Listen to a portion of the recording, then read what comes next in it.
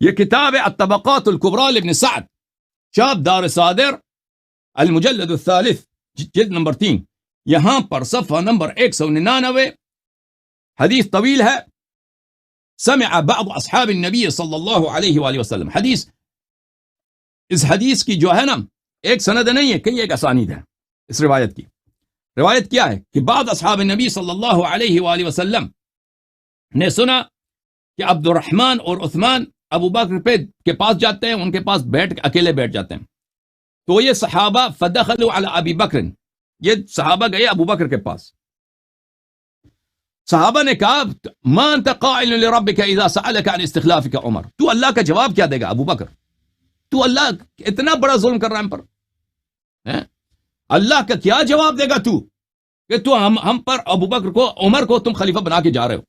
لا بلی استخلافک عمر وقد ترى غلظته، اور تجھے پتا ہے کہ عمر کتنا غلیظ بولتے ہیں، بد اخلاق اور سخت گیر آدمی کو، اور جس کے دل میں کوئی نرم سنگ دل، بد اخلاق، اور جس کے دل میں رحمت نہیں ہے۔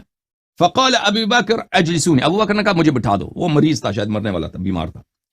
قال باللہ تخوفونی، کہتا ہے تم مجھے اللہ سے ڈراتے ہو۔ خاب من تزود من امرکم بظلم اقول اللہم استخلفت علیہم خیر اہلک، وہ شخص پلید آدمی ہے جس نے آپ پہ ظلم کر کے اللہ کے پاس جا رہا ہے، میں اللہ سے کہہ دوں گا کہ میں نے بہترین آدمی کو خلیفہ بنایا۔ کہنے کا مقصد یہ ہے کہ صحابہ سے مشورہ نہیں ہوا تھا، صحابہ نے مخالفت کی تھی۔ کتاب سنن سعید بن منصور، المجلد الخامس، چاپ دار السمیع، تفسیر سورۃ الاعراف، یہاں پر سورۃ الاعراف کی اس آیت کے شرح میں، آیت کون سی؟ آیہ نمبر 8 اور 9۔ اب دوسرے سند کے ساتھ، جب لوگوں نے سنا لما بلغ الناس ان ابا بکر يريد ان يستخلف عمر قالوا ماذا يقول لربه اذا لقيه، جب مہاجرین و انصار نے سنا کہ ابو بکر عمر کو خلیفہ بنا کے جا رہے ہیں، تو انہوں نے کہا کہ یہ اللہ کا جواب کیا دے گا؟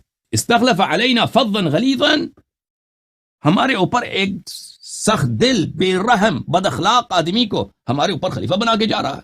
وهو لا يقدر على شيء، اور اس کی کوئی حیثیت بھی نہیں ہے عمر کی، نہ شجاعت، نہ علم، کچھ بھی نہیں ہے، نہ حسب، نہ نسب، کچھ بھی نہیں ہے، اس کو کیوں خلیفہ بنا کے جا رہا ہے؟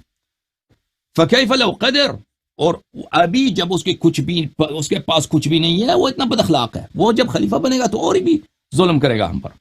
فبلغ ذلك ابا بکر، یہ خبر ابو بکر کو پہنچا۔ ابو بکر نے کہا ابی ربی تخوفونی اقول استخلفت خیر اہلک، ابو بکر نے کہا کہ نہیں، میں تو مجھے اللہ سے نہ ڈراؤ، میں اللہ سے کہہ دوں گا کہ میں نے بہترین آدمی کو خلیفہ بنایا۔ کتاب المصنف للاحادیث والآثار لابن ابی شیبہ الکوفی، المجلد السابع عشر، چاپ شرکت و دار القبلہ، کتاب چھپی ہے سنہ 2006 میں، دمشق شام میں، حدیث نمبر 32676، صفحہ نمبر 68، عن ابن ادریس عن اسماعیل عن زبید، اور یہ وکیع سے، ابن ابی شیبہ کے ایک استاد ابن ادریس اور ایک استاد وکیع، دونوں سے اس نے روایت کیا، اور اسماعیل ابن ابی خالد اور زبید ابن الحارث، یہ جو ہے نا یہ سب بخاری اور مسلم کے مشائخ ہیں، رجال سب بخاری مسلم کے مشائخ ہیں۔ اچھا، لما حضرت ابا بکر الوفات، جب ابو بکر کے مرنے کا وقت آیا، وفات کا وقت آیا، ارسل الى عمر لیستخلفہ، عمر کو بلایا کہ آجو میں تجھے اپنے بعد وصی بناتا ہوں۔ پیغمبر صلی اللہ علیہ وسلم نے کسی کو وصی نہیں بنایا، اور ابو بکر کو یہ اتنا عقل تھا کہ میرے بعد اختلاف نہ ہو، عمر کو وصی بناتا ہوں۔ پیغمبر صلی اللہ علیہ وسلم عالم کو اس نے یہ فرمایا بھی تھا، اخوف ما اخاف علیکم الائمہ المذلین، عمر کو بلایا کہ میں تمہارے آ جاؤ کہ میں تجھے خلیفہ بناؤں۔ لوگوں نے کہا، فقال الناس، مہاجرین انصار نے کہا، استخلفت علینا فظا غلیظا فلو ملکنا کان افظ واغلظ، تو ایک بد اخلاق، سنگ دل، بے رحم انسان کو ہم پہ بادشاہ بنا کے جا رہا ہے، اگر وہ جب بادشاہت اس کو ملے گی تو وہ اور ہی زیادہ ظالم ہو جائے گا۔ ماذا تقول لربک اذ اتیتہ وقد استخلفتہ علینا، تو اللہ کا جواب کیا دے گا کہ ایک نااہل آدمی کو، ایک غیر مستحق انسان کو، کوئی اس کی صلاحیت ہی نہیں ہے، بد اخلاق، سنگ دل، بے رحم، اس کو ہم پہ خلیفہ بنا کے جا رہے ہو۔ اور ابو بکر نے کہا کہ مجھے اللہ سے ڈراتے ہو، میں کہہ دوں گا کہ میں نے تو بہترین انسان کو خلیفہ بنایا۔ اچھا میرے محترم ناظرین، اب میرے پاس مزید نصوص بہت زیادہ ہے کہ میں آپ کو دکھاؤں کہ ابو بکر نے عمر کو خلیفہ بنایا. تو پھر دو باتیں میرے محترم ناظرین. ابو بکر کی اپنی خلافت بغیر نص، عمر کی خلافت جو ہے ابو بکر نے سنت رسول صلی اللہ علیہ وسلم ترک کر کے عمر کو خلیفہ بنایا. حالانکہ رسول پاک صلی اللہ علیہ وسلم نے اہل بیت علیہ السلام کو امام بنایا تھا، خلیفہ بنایا تھا نا. ابو بکر کو چاہیے تھا کہ مرتے وقت کم از کم خلافت واپس کر دیتا اہل بیت علیہ السلام کی طرف. اس نے یہ بھی نہیں کیا. اس نے رسول پاک صلی اللہ علیہ وسلم کی سنت کی، حدیث ثقلین کی، حدیث غدیر کی، حدیث منزلت کی، حدیث خلافت کی، حدیث ولایت کی، آیہ ولایت کی، آیہ اولو الامر، سب کی اس نے مخالفت کرتے ہوئے، آیہ تطہیر سب کی مخالفت کرتے ہوئے اس نے عمر کو اپنا جانشین بنایا. اور کیوں؟ سوال یہ ہے کہ ابو بکر کو کس نے یہ حق دیا تھا؟ اگر تم جماعت عمریہ خود تمہارے موازین پہ بات کرتا ہے نا، تم کہتے ہو کہ پیغمبر صلی اللہ علیہ وسلم نے کسی کو جانشین نہیں بنایا، تو ابو بکر کو کیا حق ہے کہ سنت رسول صلی اللہ علیہ وسلم ترک کرے؟ شریعت دو ہیں، ایک شریعت پیغمبر صلی اللہ علیہ وسلم پہ نازل ہوئی، دوسرا شریعت ابو بکر پہ نازل ہوئی ہے. تم یہ کہہ دو نا تو اپنا کلمہ چینج کرو. تمہارے پاس انبیاء بہت سارے ہیں، ابو بکر بھی انبیاء میں سے، اس کی اور شریعت ہے. اگر شریعت رسالت پناہ صلی اللہ علیہ وآلہ وسلم کی ہے، جو ثابت ہے خلافت کس کی ہے؟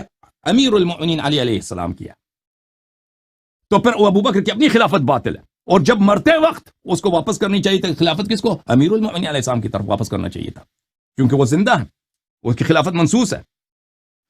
تو لیکن تم یہ کہتے ہیں اپنے عوام سے کہ پیغمبر صلی اللہ علیہ وسلم نے تو کسی کو خلیفہ نہیں بنایا تھا. چلو کسی کو نہیں بنایا تھا، تو ابو بکر نے یہ سنت کیوں ترک کیا ہے؟ عمر کو اس نے خلیفہ، اور اس صحابہ سب نے مخالفت کیا، سب نے کہا کہ یہ فظ غلیظ ہے، یہ بد اخلاق بے رحم انسان ہے، ظالم آدمی ہے، اس کی استحقاق نہیں ہے خلافت کی. تو یہ کس لیے، یہ کیوں مخالفت کی سنت کی؟ بہرحال اس نے مخالفت کی سنت کی. ملاحظہ فرمائیے عزیز، سنن النسائی، صحیح سنن النسائی بتحقیق محمد ناصر الدین الالبانی، چاپ الریاض، کیف الخطبہ، حدیث صحیح، حدیث نمبر 1577، صفحہ نمبر 512، حدیث صحیح. وشر الامور محدثاتہ، بدترین امر کیا ہوتا ہے؟ جو بدعت ہوتا ہے. وکل محدثۃ بدعہ، وہ ہر جدید چیز جو رسول پاک صلی اللہ علیہ وسلم کی سنت میں نہیں ہے وہ بدعت ہے. وکل بدعت ضلالہ، اور ہر بدعت ضلالت ہے. وکل ضلالت فی النار، اور ہر ضلالت نار میں. کتاب جامع البیان عن تاویل آیہ القرآن الکریم لابن جریر الطبری، الجزء الخامس عشر، چاپ دار الفکر، کتاب چھپی ہے سنہ 1436 میں، صفحہ نمبر 96.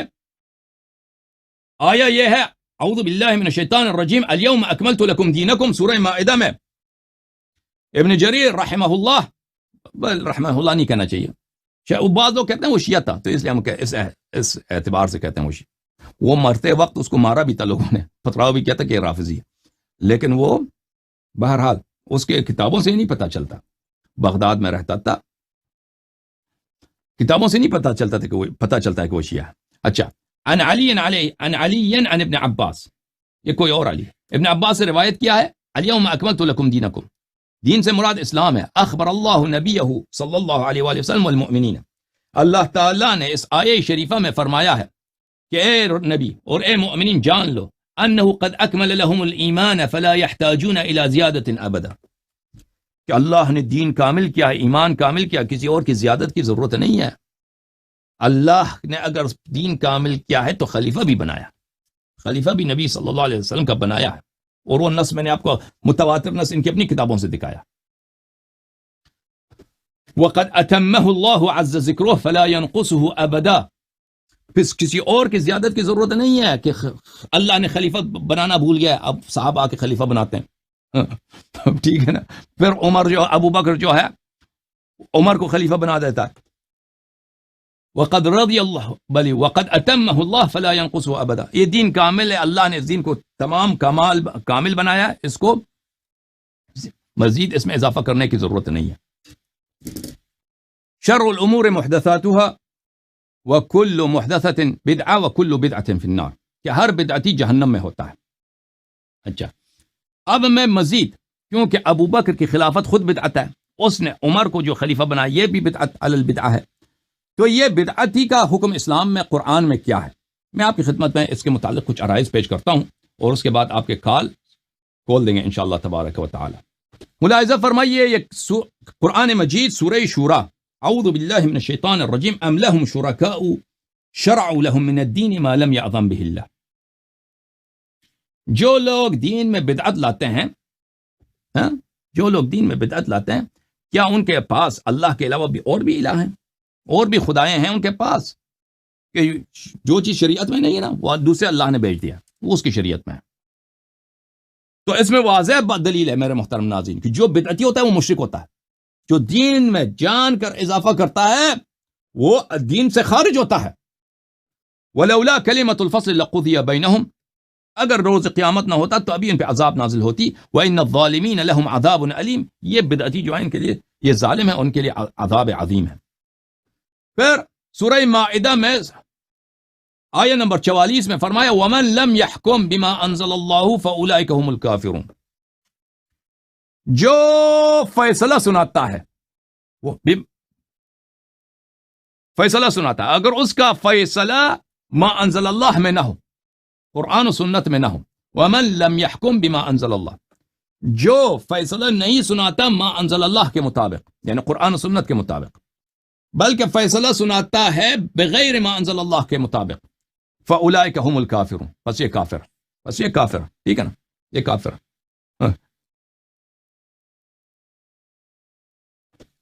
سورہ مبارکہ انعام میں فرمایا وَمَنْ أَظْلَمُ مِمَّنِ افْتَرَى عَلَى اللَّهِ كَذِبًا أَوْ كَذَّبَ بِآيَاتِهِ إِنَّهُ لَا يُفْلِحُ الظَّالِمُونَ. اس شخص سے زیادہ ظالم کون ہے، زیادہ گمراہ کون ہے، زیادہ کافر کون ہے، جو اللہ پہ جھوٹی بات نسبت دیتا ہے یا اللہ کی آیات کی تکذیب کرتا ہے. ٹھیک ہے نا، چاہے اللہ سے تم جھوٹی بات نسبت دے دو، دین میں بدعت داخل کرو، بولے یہ شریعت کا جز ہے،